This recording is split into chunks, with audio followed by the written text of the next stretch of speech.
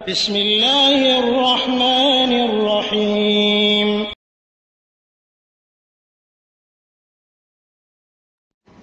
ওয়ালাইকুম আসসালাম রহমতুল্লাহি ওয়া বারাকাতুহু। 400 নাম্বার থেকে মুহতারাম ভাই জানতে চাইলেন যে এখানে একটা পূজা, তো পূজা উপলক্ষেই কিছু খাবার তৈরি করা হয়েছিল, সেটা আমাদেরকে দিয়েছে, তো আমরা খেয়েছি। এতে কোনো ক্ষতি হয়েছে কিনা বা হবে কিনা? অবশ্যই ক্ষতির একটা দিক, অবশ্যই ক্ষতির দিক।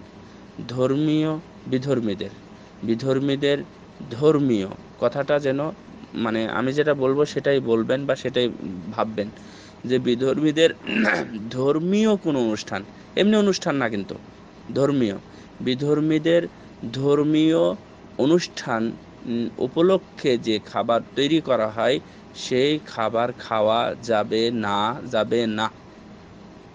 অনুরূপভাবে মুসলমানের মধ্যেও কিন্তু আছে, মুসলমানের মধ্যেও ধর্মীয় উপলক্ষে যে খাবারগুলো তৈরি করা হয় অথচ সেটা ধর্ম না, সে খাবারও খাওয়া যাবে না। সুতরাং আপনারা এটা খেয়ে, অজান্তে খেয়ে এটা ভুল করেছেন। প্রয়োজনে সেদিন না খেয়ে থাকবেন। আমরাই না খেয়ে থেকেছি, আমরা তো মুসলমান।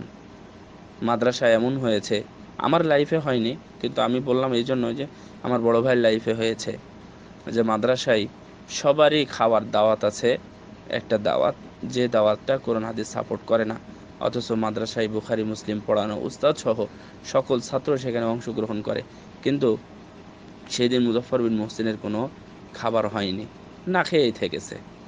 তো মুজফ্ফর বিন মুহসিনের কি পেটে অসুখ হয়েছে, না মুজফ্ফর বিন মুহসিনের অন্য কোনো সমস্যা হয়েছে, না দুইটা হরফ পড়া কম হয়েছে? কিছুই হয়নি।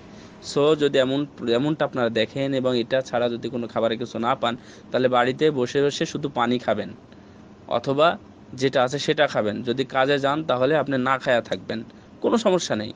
দুনিয়াতে কত মানুষ কত জায়গাতে গিয়ে খাচ্ছে না, কোনো সমস্যা নেই। বলতেছে আপনি সৌদি আরবে যেখানে যেখানে যাবেন দেখবেন কত মানুষ বসে থেকে খাচ্ছে না। কেন? ওরা রোজা আছে তাই খাচ্ছে না। আবার দেখবেন যে রোজার সময় অনেক মানুষ ইফতার করতেছে, অনেকে আবার করতেছে না। কেন? ওর কাছে দু একটা খেজুর নিয়ে আসছে, নিয়ে এসে ওটা বসে খেয়ে বসে আছে, অন্যদের খাবার খাচ্ছে না। সো এটা খাওয়া যাবে না ভাই, অবশ্যই খাওয়া যাবে না।